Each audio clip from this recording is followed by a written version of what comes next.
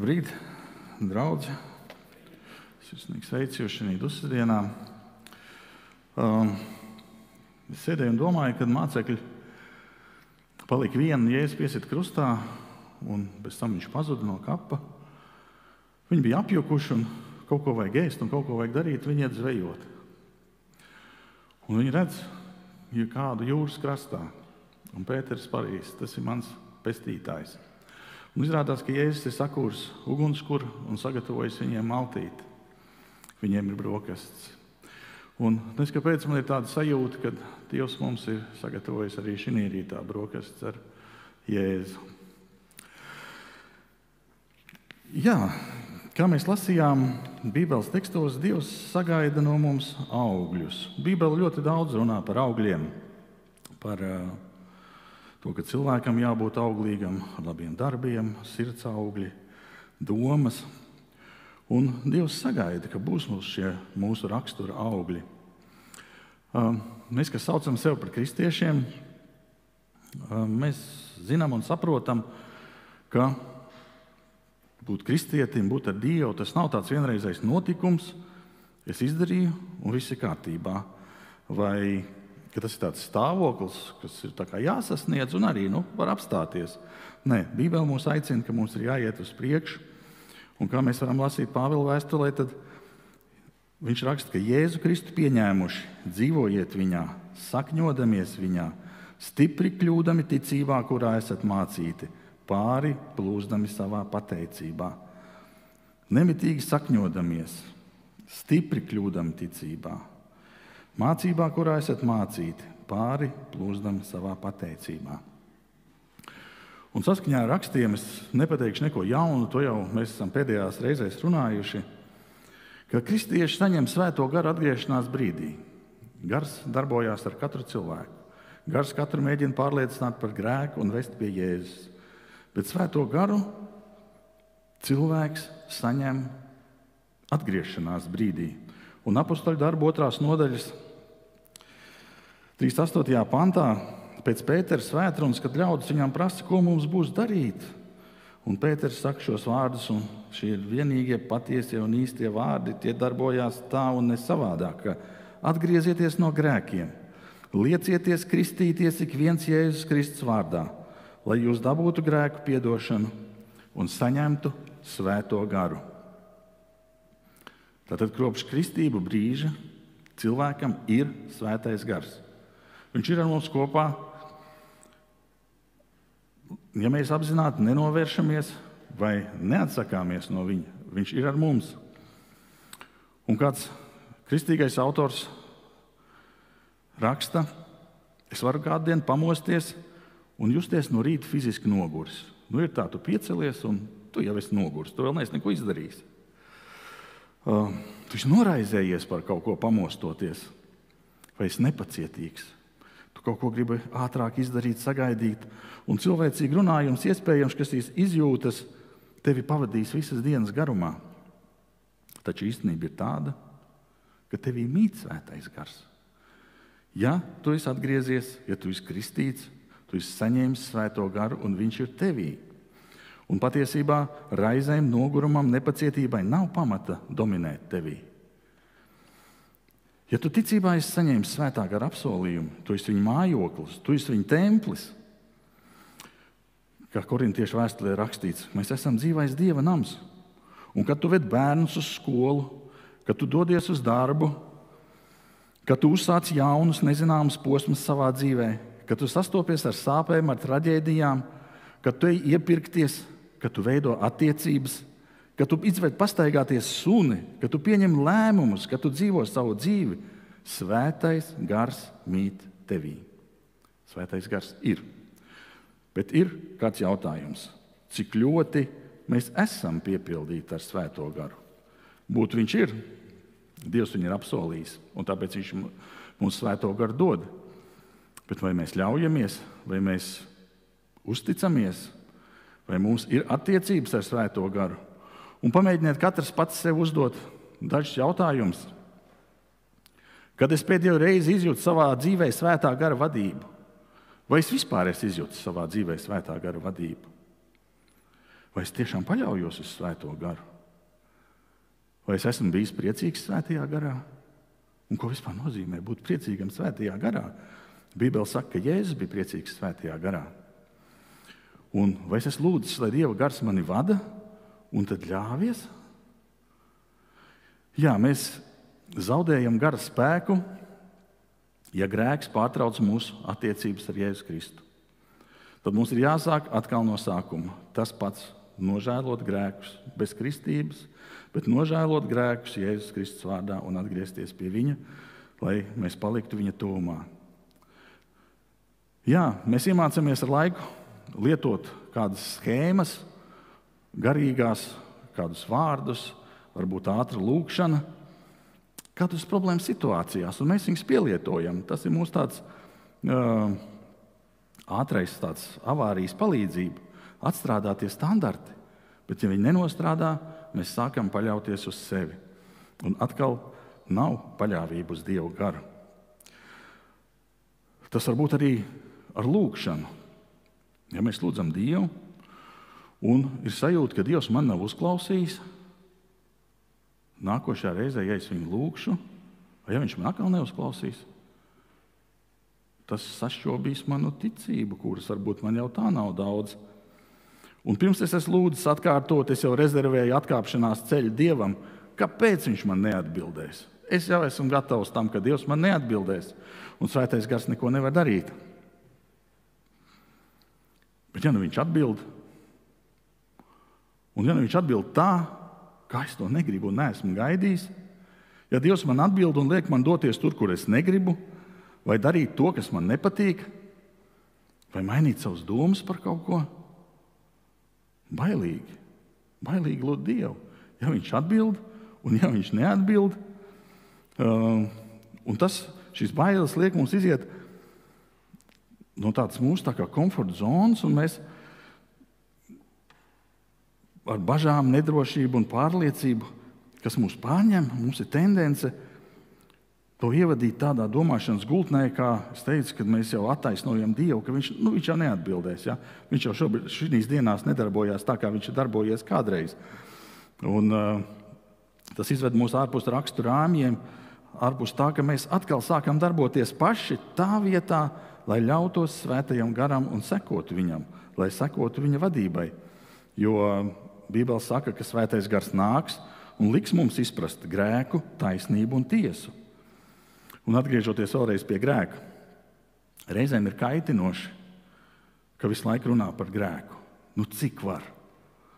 Manā dzīvē ir bijis periods arī, kad es domāju, aizēju uz lūkšanu grupu par grēku, svētrunu par grēku, visu laiku par grēku.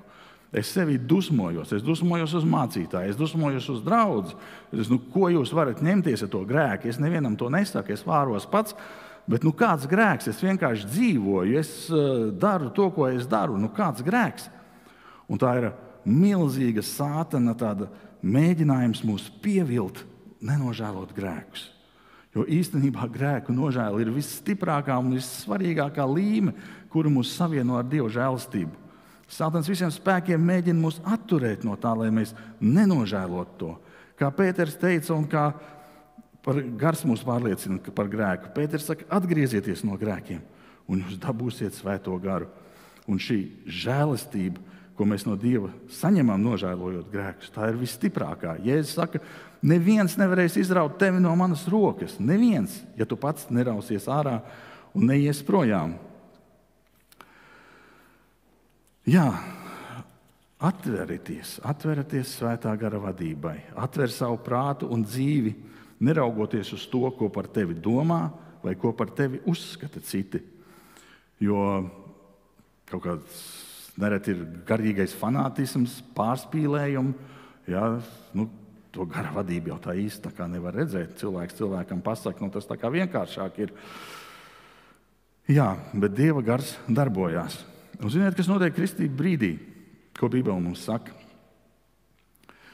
Ka mēs arī ienākot draudzē, saņemam katrs garu dāvanu. Katrs kādu atšķirīgu dāvanu saņem. Dievs ir paredzējis katram cilvēkam personīgu, garīgu dāvanu. Un Bībele saka, ka ikvienam ir dota gara izpausme, lai nestu svētību. Ir dažādas dāvanas, bet viens pats gars. Tad ikvienam ir dota gara izpausme, lai nestu svētību. Un, ja mēs Bībelē lasām, tur ir vairākas vietas. Romiešu 12. nodaļā, Korintiešu 12. nodaļā ir tie uzskaitījumi šīm dāvanām. Un nereti mēs esam meklējuši un mēģinājuši atrast sevi šīs dāvanās, lai ar viņām kā kalpotu un dalītos.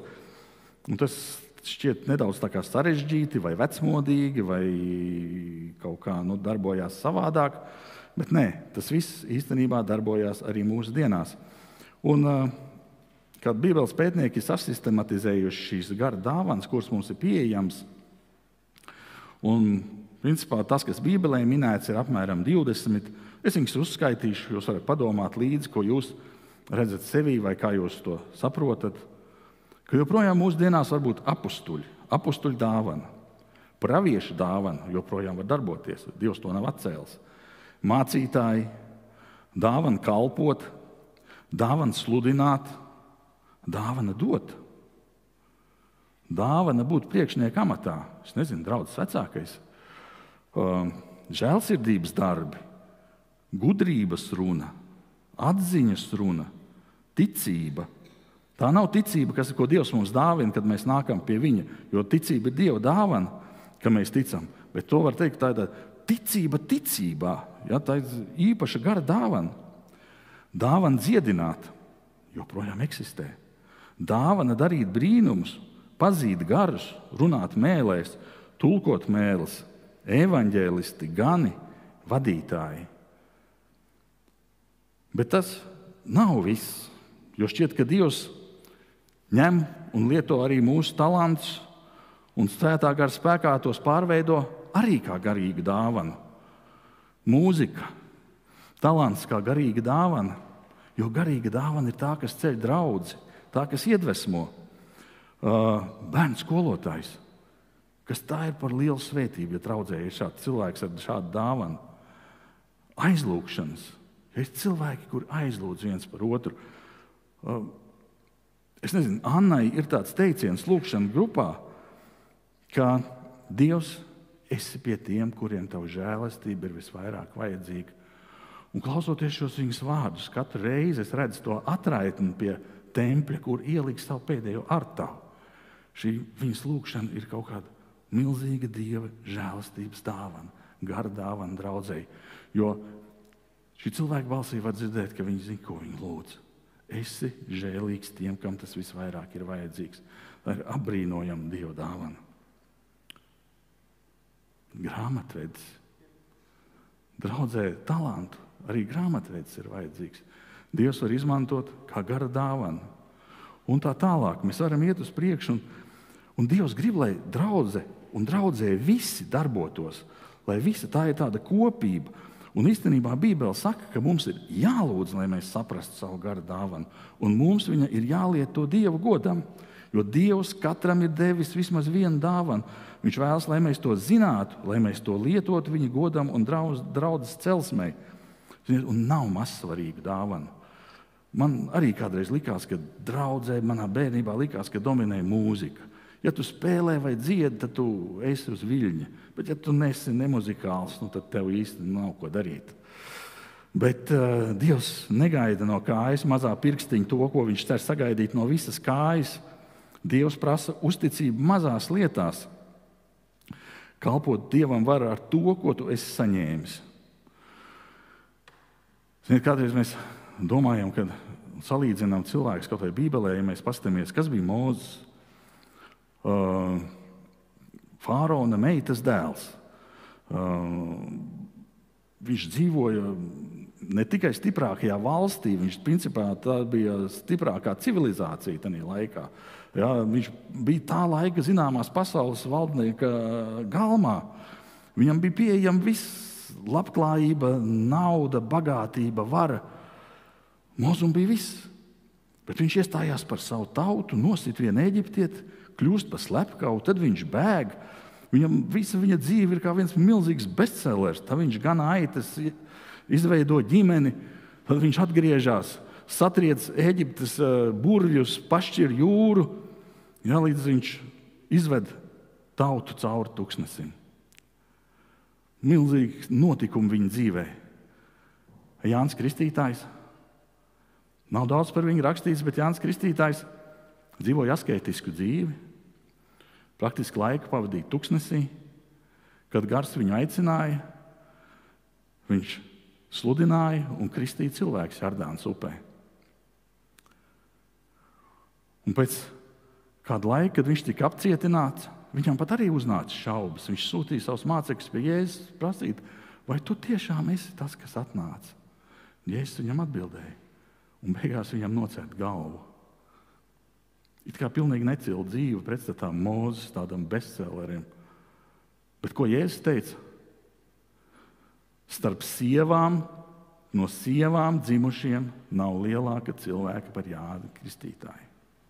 Viņš ir lielākais no visiem, kas ir dzimuši. Kad Dievs vērtē kaut kā savādāk. Un atšķirībā no dāvanām, kuras tiek ticīgajiem sadalītas, katram sava dāvana, katrs ar viņu var kalpot. Dievs dod mums šo gara augli, jeb gara augļus. Es gribu vēlreiz ar jums kopā izlasīt. Ģirds jau lūkšanā pieminēja, bet Galatiešu 5. nodaļas 22. pantā. Bet gara auglis ir mīlestība, prieks, miers, pacietība, laipnība, labprātība, uzticamība, lēnprātība un atturība. Un šis gara auglis ir dots katram kristietim un pilnā mērā. Viņš netiek nekādā veidā sadalīts, ka viens var būt mīlošs, cits priecīgs, cits mierīgs, ja, kāds atturīgs. Nē, šis gara auglis ar visām šīm izpausmēm ir dots katram cilvēkam.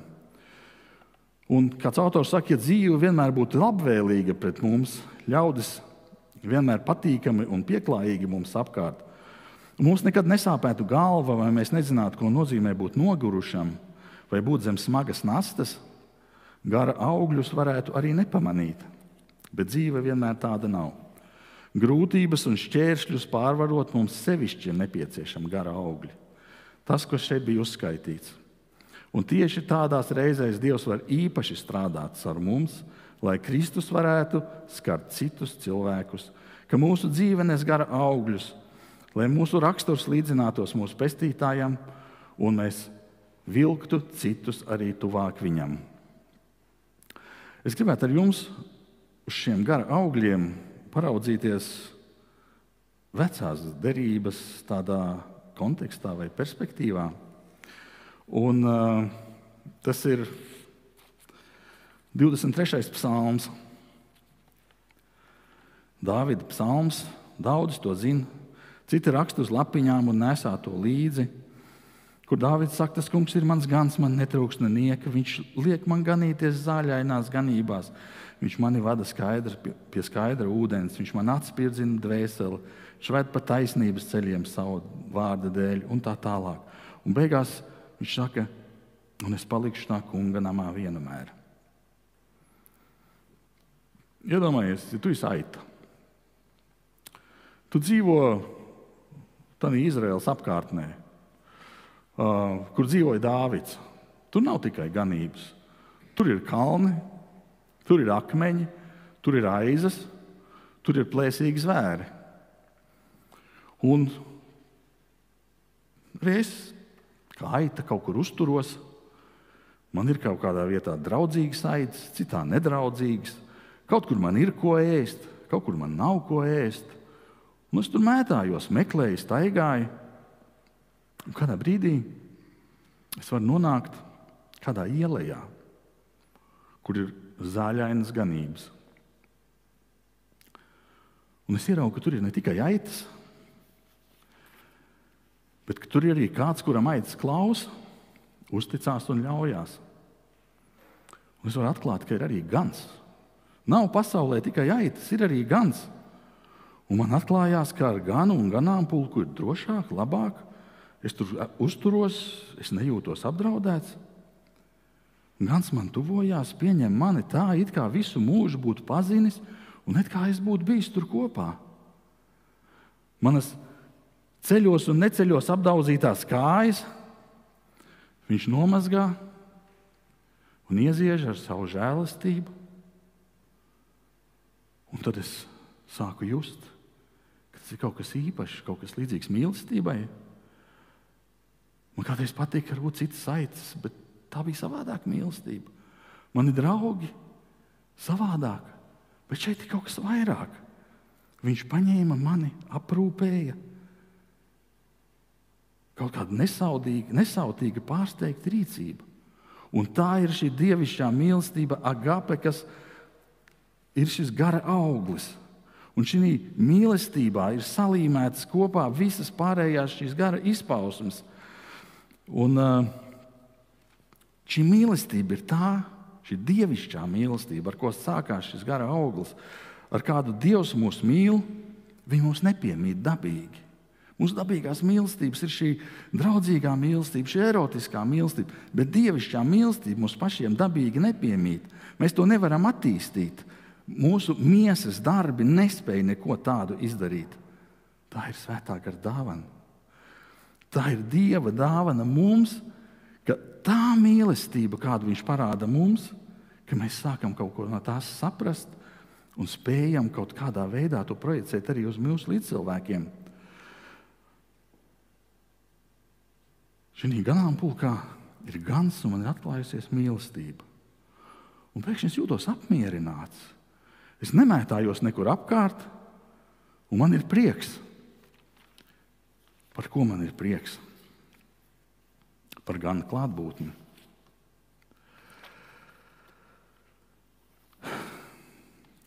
Un Bībele to sauc par tā kunga prieku vai par svētā gara prieku, par paliekošu prieku.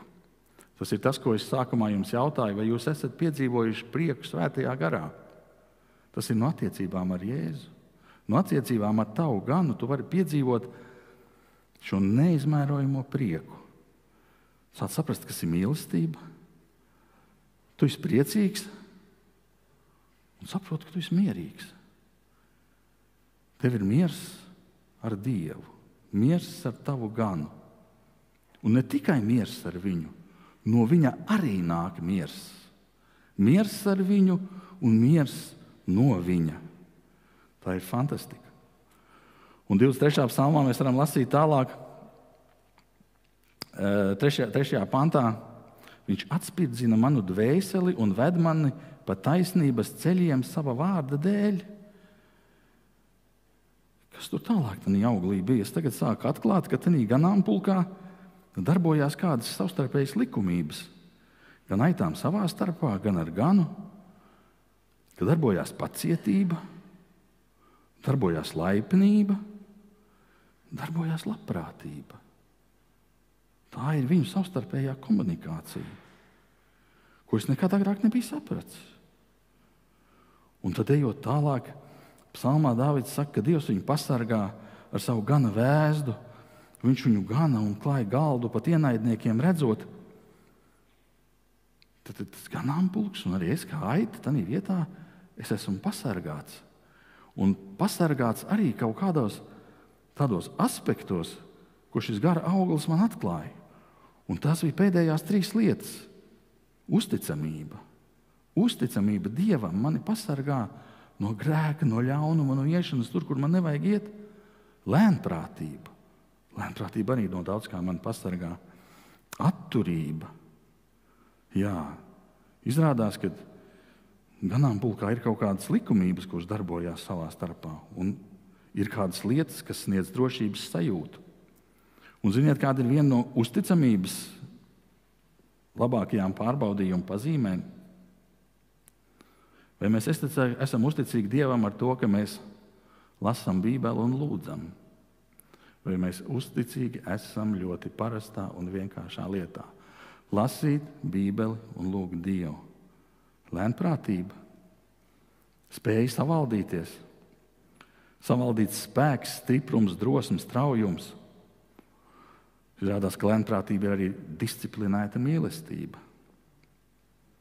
atturība. Pirmais parasti vienmēr ir dzeršana. Bet nesātība ēšanā ir tas pats, kas dzeršana. Vismaz Bībelē tā raksta. Ka rīšana un plītēšana, nelaipnība, pļāpīgums, lepnība, skaudība, dzimuma attiecības ārpus laulības, dusmas, pašsavaldīšanās. Tas, ka atturība visu to ierobežo. Un ja mēs no tādām lietām varam tikt vaļā, mēs esam pasargāti šī ganāmpulkā, šīs ganībās un būt piepildīti ar visu šo garu augli, ko Dievs mums piedāvā. Viņš piedāvā mums to reāli mūsu dzīvē piedzīvot un izdzīvot.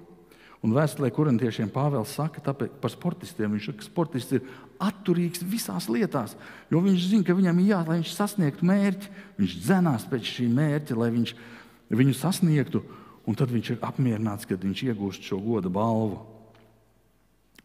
Un attiecībās ar Dievu un esot šī ganāmpulkā ir vajadzīgs ne tikai ticība, ne tikai paļāvība. Reizēm ir vajadzīgs gribas spēks. Reizēm ir vajadzīga paklausība, mērķtiecība kāda. Un tas viss darbojās. Un, ja tas tiek nodots Dievam un Dieva gars man to atdod atpakaļ, svētīt un pilnveidot, tad tam ir milzīga nozīme. Un arī tādā laicīgā dzīvē tie principi jau arī darbojās. Es kādreiz strādāju pie kāda ļoti turīga cilvēka. Viņam bija nepieciešams manas prasmes, bet viņš izveidoja uzņēmumu, kur pārdeva par vairākiem 100 miljonu. Un savā jaunībā, kad viņš brauca studēt, viņš savā pilsētā, kur dzīvoja, viņam patika arī jautrība, patika tāda, kā jauniešiem, priecīga dzīve. Viņš teica, man sākās jauns posms dzīvē, man jābūt savādākam. Es nevaru priecāties, pavadīt, izpriecās savu laiku. Man ir mērķis. Un viņš iemeta upē savu ģitāru un noslīcināja. Un viņš sāk mācīties. Pagāja kāds laiks, viņš ir multimiljonārs. Bet viņa dzīvē vienmēr bija kaut kāda disciplīna. Es viņam prasīju, es saku, kā jūs runājat par tām lietām, par kurām jūs negribētu, lai kāds noklausās vai varētu ierakstīt? Viņš saka, vajag runāt tā, lai citi nesaprot, par ko tu runā, bet pasaik domu. Viņš saka, vajag disciplinēt sevi, nevajag pļāpāt apkārt. Un es sēžu, gaidu viņa mašīnā, un man piezvana telefons, un es pēc 5 minūtēm jau saprotu, ka es pļāpāju. Ja man kāds noklausītos, es jau būtu izstāstījis visu to, ko nevajag stāstīt. Un, kad viņš izdalīja šo lielo darījumu, viņš nopirka 3-stāvu māju Jūrmalā par vairākiem miljoniem, sporta zāle, kino zāle, viss tas bija. Aizdzīvoju tādā 2-stabu dzīvoklī, bijušajā kara pilsētiņā, tādā jocīgā paneļa mājā, un es biju baigi apmierināts. Un tā, kad es pie viņa aizgāju uz šo 3-stāvu māju, es viņam teicu, ziniet, es nemācētu dzīvot tādā mājā. Man droši vien te būtu garlaicīgi, es nemāku to visu lietot. Viņš saka, nekas, ja tu gribētu, un tev būtu vajadzīgs, tu iemācītos, un tu varētu šeit dzīvot. Un man likās, ka man ir labi manā 2-stabu dzīvoklī, paneļa mājā, jocīgajā. Un tā mēs kādreiz šeit uz zemes dzīvojam savu to dzīvi. Dievs mūs grib vest kaut kur tālāk.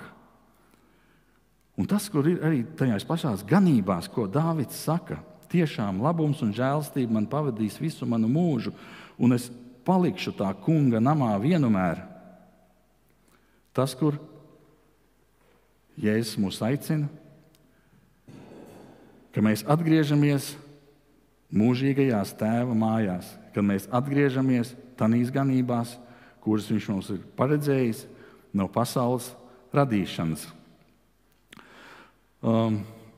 Domājot par Svēto garu, un es jau teicu salīdzinājumu par Mūzu un par Jānu Kristītāju, kā tas dzīvēs darbojās cilvēkiem un nereti arī jauniešiem. Es arī līdzīgi izgāju tam cauri.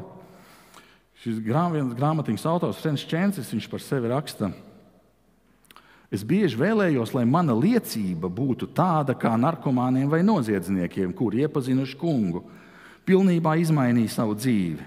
Ja, tas ir liekas tā kā akcents, jā, cilvēks ir pilnībā mainījies.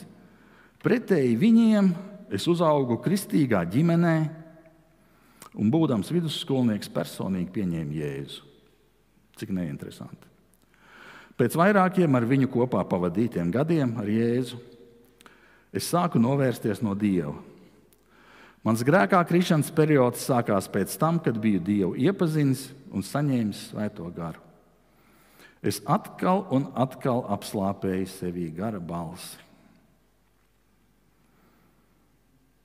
Kādreiz liekas, ka vajadzīga tā āršķirība un būt labāk kā citam, ko mēs redzam, bet man kaut kāds tas klusais ceļš vai sānu celiņi, ka viņi tā kā varbūt nav interesanti vai neperspektīvi, bet, kā jau mēs lasījām, ka Dievs neprasa no kājas pirksta, lai tas būtu kā kāja, vai lietot dāvanas, vai darīt kaut ko tas, kas viņam nav jādara. Un šis cilvēks aizgājis no Dieva, pārdzīvoja šo atstumtību, šo vainas sajūtu, lepnību. Nav tik viegli atgriezties atpakaļ. Un viņš saka, ka viņa atgriešanās notika atpakaļ tad, kad viņš pa īstam noticēja, ka Dievs patiešām ir pazudušā dēla tēvs. Dievs ir pazudušā dēla tēvs. Un ne tikai, arī otra brāļa. Dievs ir arī mājās palikušā dēla tēvs. Un tāpēc mēs Bībelē tiekam aicināti uz šiem augļiem, uz šo auglīgumu mūsu dzīvēs, lai atskatoties atpakaļ, mums nav jānožēlo, ka tad, kad mēs varējām šos augļus nest, mēs to neesam darījuši. Mums ir visi priekšnosacījumi, lai nestu augļus. Mums ir Svētais gars, mums ir dāvanas, un mums ir pieeja šim brīnišķīgiem auglim, ko mēs varam kopā ar Dāvidu izdzīvot kā veselu dzīvi. Un kā rakstīts Jaunajā derībā, un mēs lasījām, sakņojies, kļūsti stiprs, pāri plūzdams pateicībā, jo tu esi savā būtībā Svētā gara auglis. Ik viens, kas šeit ir vienreizējs, neatkārtojams, ekskluzīvs, Svētā gara auglis Dieva rokās. Un no tevis ir atkarīgs, vai tu gribi būt par svētību citiem, par pagodinājumu Dievam un veidot savas attiecības ar Dievu līdz pat mūžībai. Amen.